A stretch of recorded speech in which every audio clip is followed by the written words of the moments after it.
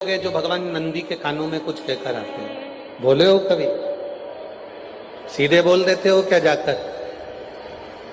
नंदी के कानों में कहने का भी एक तरीका है। आप लोगों को मालूम होगा वो तरीका? नहीं मालूम?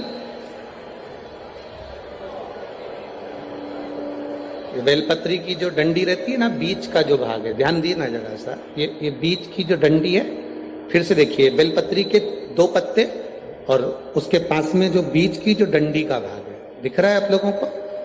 ये दो डंडी, ये बीच की दो पत्ती और उसके बीच में जो दो डंडी का भाग होता है। जब हम देवाधिदेव महादेव से कोई बात कहने वाले होते हैं ना कि बाबा बहुत दुखी हूं, बाबा बहुत तकलीफ चल रही है, बाबा मैंने एक कंपटीशन एग्जाम में परीक्षा दी है, बाबा मेरे जीवन में ये तकलीफ हो रही है, बाबा, तब इस बेलपत्री की जो ये डंडी होती है, इस उंगली से, इस अंगुष्ठ से इस डंडी को पकड़ा जाता है और बाबा के कर्ण में कहने से पहले ये हाथ को नंदी के ऊपर रखकर फिर हम बाबा के नंदी के कानों में कहते हैं और चलते समय इस बेलपत्र को अशोक सुंदरी की जगह पर चढ़ाकर वापिस सजाते हैं। देव अधिदेव महादेव को पार्वती की बात मानना ही पड़ती है और वो कहना ही पड़ता है।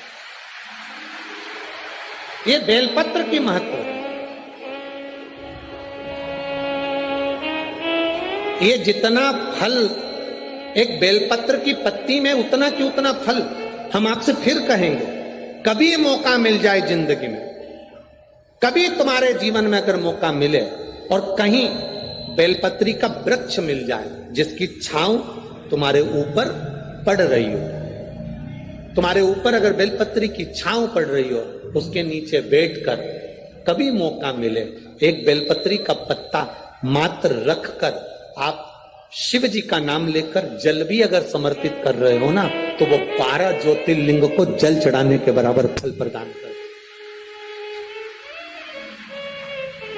एक बेलपत्री का पत्ता, एक बेलपत्री का वृक्ष, एक बेलपत्री के वृक्ष की छांव हमारे जीवन को कृतार्थ कर देती है, धन्य कर देती है, कृतार्थ।